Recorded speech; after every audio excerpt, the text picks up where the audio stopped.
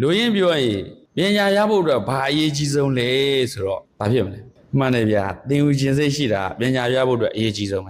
တော်တယ်ကွာဒါလက်ခုပ်တရားပေးပါအခုသားတို့သမီးတို့ခင်မှာဘွဲတွေကလကားဖြစ်တော့မှာဘွဲတွေကလကားဖြစ်တော့မယ်ဆရာဝန်အင်ဂျင်နီယာအဲ့ဒါတွေပါလကားဖြစ်တော့ AI ခေတ်ရောက်လာပြီဘုံဘုံတို့ရဲ့ပြင်ဆင်ရမယ့်အပိုင်းတွေဒီနေ့ပမုံ30ရက်နေ့ကိုဘကိုးမှာဟောပြောတစ်ခုသွားလုပ်ပေးမယ်လူငယ်တွေအဲ့ကောင်ဘုံဘာသာရေးပြင်နေတယ်ဘာအတွက်ပြင်တာလဲဆိုတော့ modern leader ပေါ့ခေတ်တစ်ခေါင်းဆောင်တွေခေတ်တစ်ခေါင်းဆောင်တယောက်ဖြစ်ဖို့ကြိုတင်ပြင်ဆင်ရမယ့်အချက်တွေအဲ့တော့နောက်ကြရင်သားတို့သမီးတို့ AI တွေကလူတွေရဲ့အလုပ်တွေကိုယူသွားမှာမဟုတ်ဘူး AI မတက်တဲ့သူတွေအလုံးမရတော့ဘူး AI နဲ့လူမယူဘူးနော် AI တက်မှရဒါကြောင့် Google account တစ်ခုရှိရမယ်ပြီးရင်အဲ့ Google မှာလုံးလို့ရသမျှ AI နဲ့အကုန်လေ့လာထား video ပိုင်းရော image generate ပိုင်းရော generate လုပ်တဲ့အပိုင်းရောစာရေးရေးတဲ့အပိုင်းရောအများကြီးလုပ်လို့ရတယ် AI အမေရိကန်မှာအခက်သုံးဆံမှုပဲကမ္ဘာမှာအခက်သုံးဆံမှုပဲဥပဒေဆံမှုပဲအဲ့ဒါတော့အောင်ဖြေနိုင်တယ်ဟုတ်လားအဲ့တော့ဘုံဘုံတို့ကသူခေတ်ရောက်လာတဲ့အခါသူ့ကိုပြန်ခိုင်းဆိုင်ခိုင်းတာခိုင်းမဆိုင်မင်းတို့ခိုင်းခံရလေဒီနေ့မြန်မာပြည်တယ်မဟုတ်ဘူးဘွဲရအလကားဆိုတာကဘာမှာပါဖြစ်နေတယ်အမေရိကန်လိုနိုင်ငံမျိုးကြီးတွေအင်္ဂလန်လိုနိုင်ငံမျိုးကြီးတွေမှာဘွဲရအလုပ်လက်မဲ့တွေအများကြီးဖြစ်သွားပြီမင်းတို့ကတော့လိုတာမန်ကြောင်းလေးတွေနဲ့ဘွဲရတာဘာဟုတ်လေအလုတ်ကင်မဲ့သွားတာတွေအများကြီးဖြစ်သွားပြီအဲ့ဒါဘာဖြစ်လို့ဆို AI မတက်လို့ဒါကြောင့် artificial intelligence ဆရာဝန်တွေအစား AI နေစားထိုးလာလိမ့်မယ်အခုဆိုရင် 5G တို့ 6G တို့ပေါ်လာတဲ့ကအဝေးကနေ AI နဲ့ခွဲစိတ်တရုတ်ပြည်မှာတော်တော်အောင်မြင်နေလူမရှိဘူးစက်ရုပ်တွေပဲရှိတယ်အဲ့လူကပါဆိုတော့ခုန patient ပဲရှိလူနာပဲရှိကျန်တာလူတယောက်မှမရှိဘူးစက်ရုပ်တွေအခန်းထဲမှာမရှိဘူးကွန်ပျူတာနဲ့ AI နဲ့လှမ်းပြီးတော့အုံနောက်ခွဲစိတ်တာတွေလုပ်နေပြီနောက်ဆရာဝန်တွေပါငတ်မှာတို့ဘုန်းကြီးတွေလည်းပါတယ်အခုဂျပန်က robot ဘုန်းကြီးထုတ်တယ်ဒို့တက်စာတက်တယ်သူကအကုန်သင်းပေးထားရင်ပိဋကတ်သုံးပုံထည့်ပေးလိုက်အကုန်မှတ်မိတို့ကမမှတ်မိပါဠိတော်ထာဂရတီကာယောဇနာကျမ်းတွေအကုန်ထည့်စာအုပ်ပေါင်း1000ဝန်းကျင်လောက်ရှိတော့ကို300နဲ့တွက်ဘယ်လောက်လောက်ရှိဆမနာ300နဲ့တွက်ဘယ်လောက်လောက်ရှိ3သိန်းဆမနာ3သိန်းလောက်ရှိအဲ့လောက်ရှိတဲ့ဟာတွေ AI ပေါ်ပါလေးပဲအေးဆေးလေးသူကထိန်းလို့ရအေးဆေးလေးသူ memorize လုပ်လို့ရအခုဂျပန်မှာမဟာသီရိဌာနတို့ဘုံဘုံအခုတတုံလုံးအလို့မရကာယ ानु ပဒနာခန်းလောက်ပဲရတယ်ဒါပေမဲ့ AI ကိုခိုင်းလိုက်ရင်အကုန်ရွတ်ပြတောက်ပါဠိလိုနားထောင်နေတာလားအင်္ဂလိပ်လိုနားထောင်နေတာလားဂျပန်လိုနားထောင်နေတာလားအကုန်ပြောတယ်ဒါပေမဲ့ AI ဟာသက်ရှိမဟုတ်ပါဘူးသက်မဲ့ဖြစ်ပါတယ်ဒါကြောင့်သက်ရှိဖြစ်တဲ့လူတွေရဲ့ကိုယ်ကျင်တရားအခြေခံနဲ့အသိပညာနဲ့ရှင်ရင်တော့ AI အမြဲတမ်းနောက်ကျတယ်ဒါကြောင့်ဘုံဘုံတို့ကကိုယ်ကျင်တရားရောအသိပညာရောပြည့်စုံအောင်ကြိုးစား AI လောက်ညံကောင်းစရာမလိုဘူးသို့တော့ AI ကိုတော့ရှော့မရနဲ့သူ့ကိုပြန်ခိုင်းနိုင်အောင်လုပ်အောင်အဲ့ဒါဆိုတော့ပညာနဲ့ပတ်သက်ရင်ပညာ3မျိုးရှိတယ်ပညာဘယ်နှမျိုးတော့အလုံးကြကြပြောပညာဘယ်နှမျိုးတော့အခုကအသိပညာနောက်တစ်ခုကအတတ်ပညာနောက်ဆုံးတစ်ခုကနည်းပညာပညာ3မျိုးပြန်ပြောအသိပညာအတတ်ပညာနည်းပညာအသိပညာကလောကအခက်အခဲတွေကိုရင်ဆိုင်ဖြေရှင်းဖို့အတွက်အသိပညာကိုသင်ယူကြလောကရဲ့အခက်အခဲတွေကိုရင်ဆိုင်ဖြေရှင်းဖို့အတွက်ဘာပညာလို့တော့အသိပညာရှိမှဝိဇ္ဇာဆိုတာဒါပဲအသိအလိမ္မာဉာဏ်ပညာဝိဇ္ဇာအမောဟပညာကို6မျိုးပြန်ပြောအသိဆိုတာလည်းဒါပဲအလိမ္မာဆိုတာလည်းဒါပဲဉာဏ်ဆိုတာလည်းဒါပဲပညာဝိဇ္ဇာအမောဟပဋ္ဌာန်းမှာတော့ဟေတုပိစီမှာအမောဟဟေလို့ဒီလိုပြောတာအဲ့ဒါတွေတခုတည်းဉာဏ်ပဲပြောတာဒီဉာဏ်တခုတည်းကိုပဲဖွင့်ထားတာဒါကြောင့်အသိပညာဘာအတွက်လိုတာတော့ဟဲ့လောကအခက်အခဲတွေကိုရင်ဆိုင်ဖြေရှင်းဖို့အတွက်ဘာလို့တော့အလုံးပြန်ပြောအသိပညာဘာအတွက်လိုတာတော့ဒါကြောင့်သားတို့သူတို့အသိရှာအသာရှိအသိတာရှာအသာလေးနဲ့ချမ်းသာသွားသာရရပဲသာရရပဲအသိမရှိတဲ့အခါမင်းတို့သိပ်ပင်ပန်းသွားဒါကြောင့်ဆရာကြီးအောင်တင်ကလူငယ်တွေအုံနောက်ကိုကြောင်းကြိုက်တယ်အုံနောက်ကြောင်းမကြိုက်မင်းတို့ပသိုးကြောင်းကြိုက်လေနောက်တော့ပသိုးတောင်ကြောင်းကြိုက်ဖို့မလွယ်ဘူးတို့နိုင်ငံကတောင်သူတွေဘုံဘနှိမ်ပြောတာမဟုတ်စာလဲစာနာလဲစိတ်လည်းမကောင်းစပားတွေစိုက်လိုက်တာစပား9ဧကတင်း200 300ထွက်စပား1ဧကຫນွေစပားဆိုတင်း100ကျော်အထွက်ကောင်းရင်တင်း100ကျော်လောက်ထွက်အဲ့ဒါအခုခေတ်စီတပေးပါမရဘူးတောင်သူတွေစပားမဆိုင်ရင်မင်းတို့မျိုးအကောင်တွေရင်ငတ်မှာငို့တို့ကြီးထိုင်းကြည့်မနေနဲ့မျိုးအကောင်တွေရင်ငတ်မှာတောင်သူတွေစပားမဆိုင်ဟုတ်လားပင်ပန်းလိုက်တာအဲ့ဒီတောင်သူချင်းသူအစ္စရေးရဲ့တောင်သူတွေကအင်ကြီးချူနဲ့လောင်းကုတ်နဲ့ဆရာဝန်လိုပဲစပားရိတ်လူထွက်မြေဘူးဆက်လွတ်လိုက်တာစိုက်တော့လဲဆက်နဲ့စိုက်တာအပင်တွေကိုအကက်ခတ်တော့လဲဆက်နဲ့ပဲအကက်ခတ်တယ် AI နဲ့အကက်ခတ်တယ်ဆေးဖြန့်တော့လဲ drone နဲ့ဆေးဖြန့်သွားအပင်တွေရဲ့တစ်ခုချင်းစီတပင်ချင်းစီတအုပ်ကြီးချင်းစီမှာလွတ်အပ်နေတဲ့အာဟာရဓာတ်တွေပါတယ်တန်ဖိုးတွေတိုင်းတာတဲ့နဲ့ AI နဲ့ပဲတိုင်းတာပါဒုနိုင်ငံကတော့ဘာတော့ဖင်နဲ့ရွှွန့်တပိတ်တာဝင်မတယ်လယ်သမားတွေရဲ့ဘဝနာအောင်ပြောထားတာဟိုမှာရွှွန့်တော်မကဖုံတော်မကဘာကွာသွားနီးပညာကွာသွားတယ်ဒါကြောင့်ဒါပဲအမေရိကန်တောင်သူတွေအများကြီး အများကြီးဘွဲရတယ်ဘွဲရတောင်သူတွေအများကြီးတောင်သူလှုပ်ရှားနေတာဒါကြောင့်မင်းတို့တောင်သူသထင်သေးတာမဟုတ်ဘူးမင်းတို့ပညာတတ်ရင်တောင်သူချင်းတောင်မနဲ့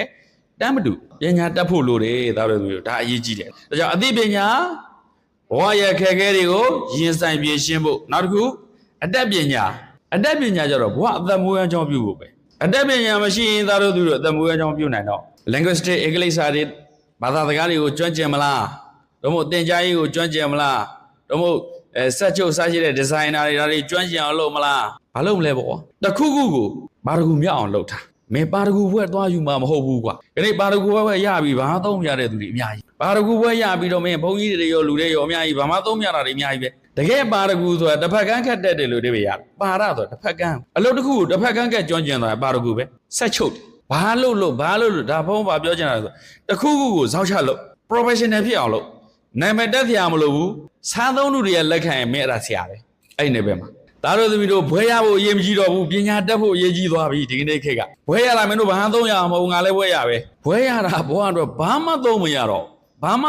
့ဘူးငါပြောတာလွန်နေတင်ဘွဲရတွေလိုက်ကြည့်ပတ်ဝန်းကျင်မှာပညာမတက်ရင်ဘွဲရအလကားဖြစ်သွားမယ်ပညာတက်တယ်ဆိုတာဒီလုပ်ငန်းတစ်ခုကိုတကယ်ကိုပိုင်နိုင်နဲ့တက်ထားဖို့လိုတယ်အဲ့အတတ်ပညာပဲ professional ကြားဖို့လိုတယ်ဟုတ်ပြီနော်ပညာရှင်တယောက်လိုရက်တည်နေအောင်ကြိုးစားအဲ့ဒါပညာနှမျိုးရှိပြီတစ်မျိုးကအသိပညာဘာအတွက်လဲလောကအခက်အခဲတွေရင်ဆိုင်ဖြေရှင်းဖို့နောက်တစ်ခုကအတတ်ပညာဘာအတွက်လိုရလဲတနည်းလွယ်ပြောရင်ဘဝရှင်သန်ဖို့အတွက် how to survive your life မင်းတို့ဘဝကိုဘယ်လိုမျိုးရှင်သန်အောင်ကြိုးစားမလဲဒီနေ့ဆိုမင်းတို့ပိုးခတ်လာဒီကနေ့ခေတ်ပိုးခတ်လာခမင်းသားပိုးခတ်လာပြီဟုတ်လားသွားရေးလာရေးခတ်လာပြီဝေးစင်ခတ်လာပြီအကုန်ခတ်လာပြီမင်းတို့သုံးဆောင်တဲ့ပစ္စည်းတွေအကုန်လုံးကမြန်မာပြည်ထွက်တာတခုမှမရှိနိုင်ငံခြားကဝယ်စားရောင်းစားသူသခင်ဝယ်စားသူကျွန်တယ်ကွာတို့ကအမျိုးနဲ့ရိုးနဲ့ကိုကျွန်ဖြစ်ကျွန်ကမွေးတော့သဘောက်တယ်သဘောက်ကမွေးတော့အောက်ကလတ်တယ်မင်းတို့အောက်ကလတ်တွေဖြစ်ဟုတ်လားအင်္ဂလိပ်ကကျွန်ပြအဲ့ဒီကျွန်စိတ်ကခုတည်းမပြောင်းအများကိုမိခိုးတယ်သူများကိုမိခိုးတယ်ကိုဘယ်တော့မှမိတီမှုမရှိကိုယုံကြည်မှုလည်းမရှိဘူးအတ္တတိပါဓမ္မတိပါဘုရားရှင်ကိုအောင်မယ်ကိုမိခိုးနိုင်အောင်ကြိုးစားရမယ်ဆိုတဲ့ဟာအခုချိန်นี้သားတို့သမီးတို့အားလုံးမိဘကိုမိခိုးပြီးရောက်လာတဲ့ကလေးတွေကိုဤချင်းနဲ့ကိုရောက်လာသူဘယ်နှယောက်ပါကိုဤချင်းနဲ့ကိုဘဝရက်တည်နေတဲ့သူဘယ်နှယောက်ပါအသက်တွေကြီးတော့ရှက်เสียကောင်းလိုက်တာနင်တို့ရှက်ကြဘူးလားရှက်ပါအောင်ရှက်တဲ့ရုပ်လည်းမရှိရှက်เสียကောင်းတယ်ဒါမြန်မာပြည်မှာပဲရမြန်မာပြည်အတုံးနိုင်ငံပဲရကဘာကိုထွက်သွားပြီဆိုရင်မင်းတို့အလဲတန်းလောက်ဆိုရင်အလုပ်တွေခိုင်းနေပြီကောင်းလုပ်နေပြီထက်တန်းပြီးတာနဲ့တက္ကသိုလ်တက်ပြီဆိုတာနဲ့မိဘကတပြားမှရလိမ့်မယ်မထင်နဲ့တရားဆွဲလို့ရတယ်ဗျအိမ်ကတ်နေအဲ့ဒါတို့နိုင်ငံအကုန်တရားခန်းကြီးဖြစ်မိဘတွေကတ်နေလို့တာတရားဆွဲကြီးဆိုတက္ကသိုလ်တက်တော့လည်းမိဘပတ်စံနဲ့တက်ကိုယ်တိုင်ဘာမှကိုအစင်သင့်မဖြစ်တဲ့နိုင်ငံပဲဒါကြောင့်ဒီနိုင်ငံဒီလိုဖြစ်တာဘယ်သူကြောင့်မှမဟုတ်ဘူးအကုန်လုံးမှာတာဝန်ရှိဒါကြောင့်သားတို့ပညာအရေးကြီးလားမကြည့်ဘူးလားပညာနှမျိုးရပြီတစ်မျိုးကပါတော့အသိပညာဘာအတွက်ရေးကြည့်တာတော့လောကအခက်ခဲတွေကိုရင်ဆိုင်နိုင်ဖို့နောက်တစ်ခုကအတတ်ပညာဘာအတွက်ရေးကြည့်တာတော့ဘဝရှင်သန်ဖို့အတွက်အတတ်ပညာရှိဖို့လိုတယ်အတတ်ပညာမရှိရင် professional ကြားတဲ့အတတ်ပညာတစ်ခုခုကိုတက်မထားဘူးဆိုရင်မင်းတို့ဘဝရှင်ဖို့မကြိုးစားနဲ့သေဖို့တာကြိုးစားတော့ဟုတ်လားအဲ့ဒါမင်းတို့မသေးခြင်းရှင်အောင်လုပ်ရမယ်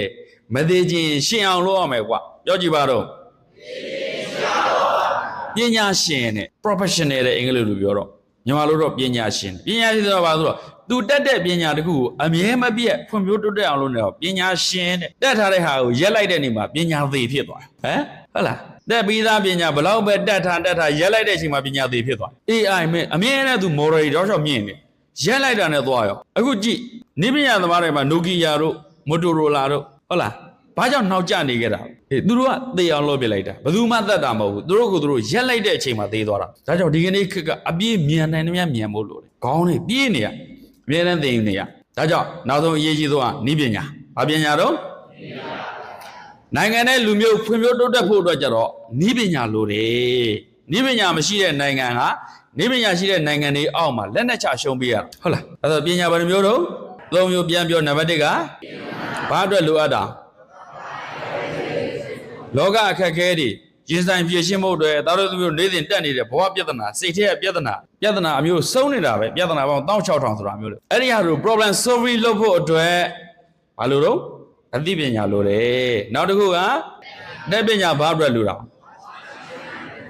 ဘုံခုပြောတဲ့ဟာမင်းတို့ဘဝတစ်ခုလုံးအတွက်လမ်းညွှန်မှုဖြစ်သွားတဘာမြူတဲ့သူတွေနောက်10နှစ်20လမ်းဘေးရောက်ပြီဒါမှဘုံကကြိမ်သာတိုက်တာမဟုတ်ဘူးနော်ခစ်ကြီးကတအားမြန်နေလို့မင်းတို့လမ်းဘေးရောက်ပြီ10နှစ်20ဒါတော့နားမလဲနိုင်တဲ့သူတွေလမ်းဘေးရောက်ပြီးသိကြတယ်အတော်ကြောက်စရာကောင်းတဲ့ခေကြီးရောက်နေလို့မင်းတို့ တိပေးနေတာအတတ်ပညာဘာအတွက်ရေးကြည့်တာလဲဘဝရှင်သန်ဖို့အတွက်မင်းတို့ဘာတက်ပြီးတော့ဘာမတက်ခွေးဖြစ်ဖို့အတွက်စဉ်းစားတာဘာဝတိစဉ်းစားသိပ္ပင်စ Vaslani အကြမြင်ဘူးတုဒ္ဒတွေရနိုင်နှများရအောင်များများလေ့လာသင်ယူတာ perfect handicraft အတတ်ပညာနဲ့ပတ်သက်ရင်သိပ္ပင်စတစ်ဖက်ကန်းခတ်တက်အောင်လေ့ကျင့်ထားတယ်အဲ့ဒါဘုရားကမင်္ဂလာသုံးမှာဟောခဲ့ပြီးသားငါအခုမှသာထွင်ပြောနေတာမဟုတ်ဘူးဝိဇာသိပ္ပလူကိစ္စကိုငယ်ကမသိပြောပါလွယ်မှုအကျဉ်သူကသကားခြေတင်တဲ့ပြက်ခရမဲ့တို့ချွတ်တဲ့အင်္ဂါရွတ်ရှာလန့်တီအတန်စိတ်မနေသိုးပါကြီးလဲမပြည့်ပြည့်အထစ်တစ်လင်းကြည်လင်းမရှိဟုတ်လီလုံးတို့ဆင်ကန်းတို့ပြောကြောင်းမမှန်တမ်းမလျှောက်စင်းတော့မကြီးအစီအစဉ်အလင်းမတစ်တစ်ဖြင့်တပါရေဝယ်များခဲ့ဘယ်နှတန်းတော့သိငယ်ဝိဇာသိပ္ပလူကိစ္စလေ10တန်းတော့မသိရဘူးလားကျောင်းတော်ကသင်တဲ့ပညာလည်းမေ့ပြီအရက်ထဲတော့ဗာပညာသင်တာတော့ကောင်းကွာမင်းတို့ကောင်းနေရလေကောင်းကလုံးဝဘာမှမရှိတော့တဲ့ကောင်းနော်မင်းတို့ကောင်းတော့ဂိမ်းစော့မယ်အိမ်မယ်သားမယ်ရှောက်လဲမယ်ဗလီဝသားမရေမရဂလေချေလုံးမယ်အဲ့ဒီအတွေ့ရလွဲရင်လေးနဲ့တဲ့အတွေ့တိတတ်တဲ့အတွေ့တန်ဖိုးရှိတဲ့အတွေ့ nothing empty ဗလာကြီးဖြစ်နေဒါကြောင့်ဘုံဘုံကမင်းတို့ဘေးရင်ဟောထားတဲ့သိကြတယ်နော်ဒီတိုင်းဆက်သွားနောက်10နှစ်နဲ့20ဆိုလမ်းဘေးရောက်ဟုတ်လားအလုံးကျောင်းစရာကောင်းတယ်နော်ဒါကြောင့်ပညာ3မျိုးအသိပညာအတတ်ပညာနောက်သုံးခုက